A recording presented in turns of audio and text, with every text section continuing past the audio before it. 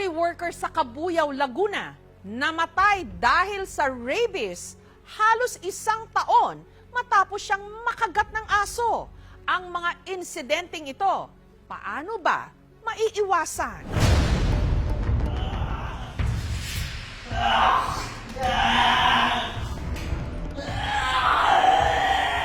Naglalaway at nagsisisigaw ang lalaking ito.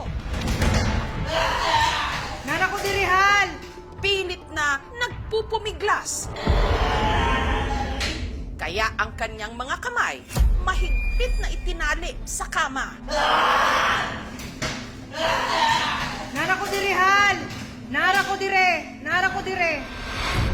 Nasa kwartong para na niyang selda. Dong, nara ko diri ba? Maminaw sa kawabi! Dong, maminaw sa kawa! Oh.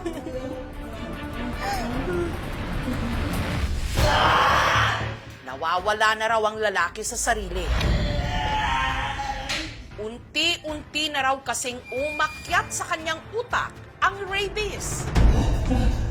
Ang lalaki kasi nakagat ng aso. 9 na buwan na ang nakararaan. Nagpabakuna naman daw ang lalaki ng anti-rabies. Pero may isa siyang napakalaking pagkakamali. Kung bakit humantong sa ganito ang kanyang sitwasyon. Dong, maminaw sa kawa! Oh. Ang biktima, ang 31 anyos at factory worker na si Janelo. Ang aso namang nakakagat sa kanya, si Hustler, alaga ng kanyang hipag na si Annie. Sobrang likot niya po, ang laki-laki niya po. Nakikipaglaro po yung aso. Gawa po ng friend po sila ng aso. Agosto nitong nakaraang taon, habang kinukuha raw ni Janelo ang nalaglag na tuwalya malapit sa pwesto ni Hustler. Bigla raw siya nitong kinagat. Nasakmal daw po yung kanang daliri niya. Yung kalahati ng kuko niya po natuklap. Pagkakagat po, tumulo daw po yung dugo dun sa sahig.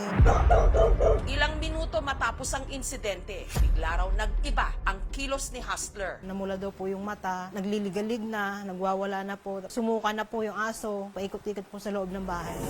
Si Hustler na pag-alamang hindi pala nabakunahan ng kontra-rabies. Naisip naman po na pa-NG wala pa pong time, wala din po ako kasama kasi mabigat po talaga siya. Ang rabies ay isang virus. Nakukuha yung rabies virus sa kagat or exposure dun sa laway at iba pang body fluids ng mga hayop na infected ng rabies. Ang inaapektuhan niya ay yung utak ng tao. So yung behavior ng aso na may rabies ay kapareho ng behavior ng tao na naapektuhan ng rabies. Nagwawala yung mga pasyente. Pag tinignan mo yung bibig, bumubula yung laway. Tapos kapag pinaypayan mo sila, takot sila sa hangin, tapos ayaw din nilang uminom ng tubig. Takot din po siya. Alam po talaga namin na may rabies kasi nag-iba na po siya. Dahil sa awa kay Hustler, umantong sila sa mabigat na desisyon. Ako na po mismo nagsuggest noon kay Kuya dyan kahit na awang-awa po ako kay Hustler kasi aso ko po yun. Kasi hindi na malapitan, hindi na sa akin nakikinig. Ayoko na po makapinsala si Hustler. Hindi na kailangan umabot sa ganong klaseng action na kailangan mong patayin. Kung nakakita ka na ng sintomas, i-isolate mo na siya at humingi tayo ng tulong para i-deal itong ganitong klaseng sitwasyon. Si Janelo agad isinugod sa isang animal bite treatment center kung saan siya tinurukan ng una niyang anti-rabies vaccine. At para makontrol ang pagkalat ng rabies, kinailangan ni Janelo na magpabakuna ng 4 na beses. May binigay po ng card, may schedule po doon kung kailan po yung next para po sa turo. What's up? May bibisit ko talaga. Nagpabakuna naman pala si Janelo. Pero bakit nagkaganito? Nara ko dirihan! Nara ko dire! Nara ko dire! Sa nakatakdang araw pala kasi ng kanyang ikalawang bakuna, si Janelo hindi sumipot. Ayaw niya rin po umabsent. Gawa po ng sayang po yung kikitain niya. Tsaka medyo mahal din yung ibabayad. Yung ibabayad niya po sa vaccine. Pang ano ng mga anak namin, pang gastos. Meron tayong mga libreng supply ng anti-rabies vaccine, karamihan sa mga government institutions at even sa mga DOH offices in the different regions. The earlier na naibigay yung bakuna mula dun sa time na nakagat siya, mas effective siya. Sa paglipas ng mga araw, nakampante siya. Normal lang naman po siya ulit. Hanggang nitong May 15, napansin ni Eva na parang balisa ang kanyang mister. Medyo iba din po yung itsura niya, medyo maputla, tapos mainit. Akala ko naman po, pagod lang. Sabi niya na, mahal, nahihirapan ako huminga. Daling ko daw po siya sa ospital. Normal naman po lahat. Acid reflux lang daw po. Si Janelo na-discharge. Pagka-uwi, iniligo na lang niya ang ininda niyang sakit. Nung naliligo po siya, naririnig ko po siya na yung lamig-lamig daw. Hirap pa rin daw itong makainom ng tubig. Akala mo nalunod sa dagat, baka po may sakit lang sa baga. Kaya muli itong isinugod sa ospital. Nanlaki yung mata, ang hirap na huminga. Naiyak na po ako noon. Sabi ko, parang nakagat ng aso. Dito na nila napagtanto na baka ito na nga ang epekto ng hindi pagtapos ni Janelo ng bakuna niya kontra rabies. Dito niya daw po ngalay na masakit. Dito po yung part na nakagat eh.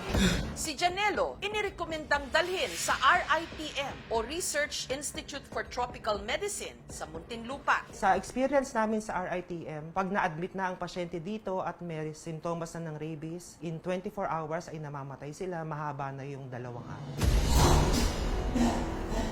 Para maiwasang makahawa, ipinasok si Janelo sa isolation room. Kung saan napansing nagsimula siyang magwala at maglaway. Nara ko dire, Hal! Nara ko dire! Nara ko dire! Kaya ang mga doktor, itinali na siya. Dong, nara ko dire ba? Paminaw sa ko, abi! Dong, paminaw sa ko, ah!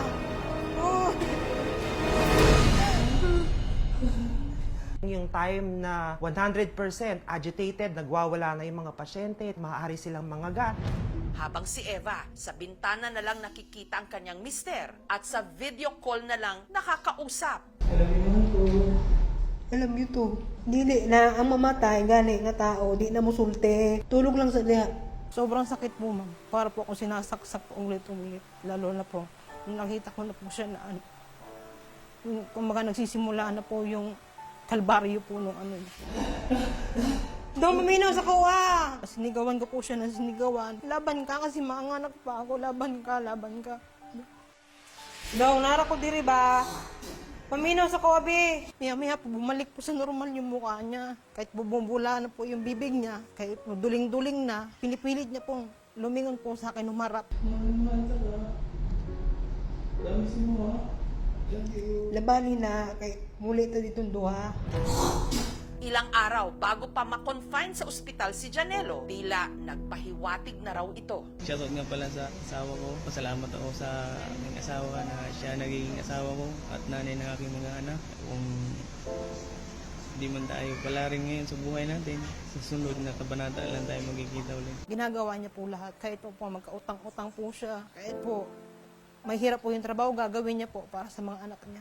At sa aking mga anak, hindi niyong kalimutan yung gana ng nanay. Salamat na lagi kayo ang naging anak. Hanggang sa lumala na nga ang kanyang lagay. Nara ko dire, Hal! Nara ko dire! Nara ko dire! 15 oras mula nung siya'y i-admit sa RITM, si Janelo tuluyan ng binawian ng buhay. Nawala na po siya. Ay, hindi na po maibabalik. Hindi naman po perfect ang relasyon namin. Dami naman po kaming mga struggle din po, away-away. Kung kailan po nagbago siya, saka naman po siya kinuha. Alam niyo to. Ang DOH o ang Department of Health nakapagtala ng mahigit 55 na kaso ng rabies infection sa unang 3 buwan ng 2025. Kabilang narito ang isa pang 25 anyos na ina mula Negros Occidental na nito lang nakaraang linggo namatay rin sa rabies ng aso. Nasa sa atin rin talaga yun kung paano yung pagpapalaki natin sa mga alaga natin. Yung prevention, kung palalawakin natin yung pagbabakuna ng anti-rabies sa mga aso, siguro mas liliit talaga yung mga kaso ng rabies dito sa atin. Siguraduhin natin na papabakunahan natin yung mga alaga natin taon-taon para sa security nila, sa safety nila, sa health nila, at syempre sa atin din. Pero hindi lang aso ang posibleng may rabies, pati na rin mga pusa. Gaya na lang ng sinapit ng 5 taong gulang na anak ni Jeff Tika na si Casey. Hating gabi noong February 2023, nagising daw silang mag-asawa sa iyak ng kanilang anak. At nung binuksan daw nila ang ilaw, tumambad sa kanila ang duguang mukha ng bata. Ang kumalmot kay Casey, isa raw pusang gala na nakapasok sa kanilang kwarto. Wala po kaming idea kung saan yun nanggaling yung pusa kasi iba yung itsura niya po, ang dumi niya. Ang sugat ni Casey, agad nilang hinugasan. Wala po kaming idea po na pag nakagat po at nakalmot ng pusa, kailangan mag-undergo with the vaccine po. Wala naman siyang nararamdaman na anong masakit. Naghintay lang po kami sa update ng nurse. Pero ang sabi niya, kalmot lang, wala naman yan. Hindi na po kami pumunta doon. Makalipas ang 1 buwan, si Casey bigla na lang daw nilagnat. Nahirapan na rin huminga. Nagpanik na po ako. Lord, mukhang rabies na po ito. Bakit natatakot na po siya sa hangin? Ang bata isinugod sa ospital. Ayun po sa initial na sabi ng doktor, asthma. At nung sinubukan daw nilang painumin si Casey ng tubig, ang bata tila takot. Nalaman namin na rabies siya. Sinisisi ko po yung sarili ko, lahat ng tao. Pasensya na po, sinisi ko lahat. Sana, naagapan mo yun.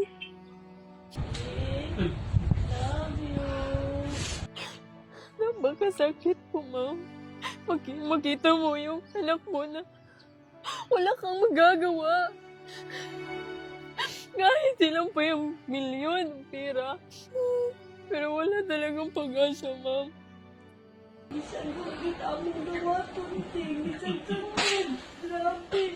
Sabi niya sa akin, Mama, huwag kang umiyak. Tinanggap na niya nga. Mamamatay na talaga siya. Sabi niya, Lord. Siya, Mama, open the window kaya nakita ko yung lights. My angel. Kukunin na daw siya ni Lord. Huwag kang umiyak dahil babantayan kita dahil angel na po ako. Nag-pray pa siya. Kinabukasan si Casey namatay. Sorry for everything, Nak. Sorry I failed as a mother. Nak, sayang, hindi mo man lang makita yung naabot ni Mama. Nak, sana betay balay. May bahay na tayo, may lupa na. Mahal kita na.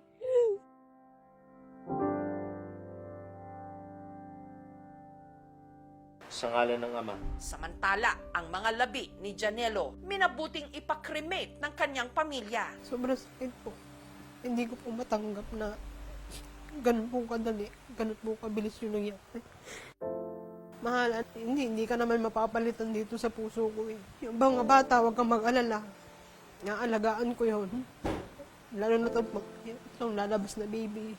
Yung pangalan niya, pangalan mo din. Ang pag-aalaga ng hayop may kaakibat na responsibilidad na maaaring maging usapin sa pagitan ng buhay at kamatayan. Tungkulin ng bawat pet owner na siguraduhing bakunado ang kanilang mga alaga. At kung makagat man ang aso o pusa, kahit pa kalmot lang yan, huwag na huwag babaliwalain. Magpatingin agad, magpa-anti-rabies vaccine. At higit sa lahat, tapusin ang bakuna. Kompletuhin. Dahil ang rabies, walang pinipili, walang patawad, walang lunas. Hanggang dito na lang yung ano natin. Bye-bye!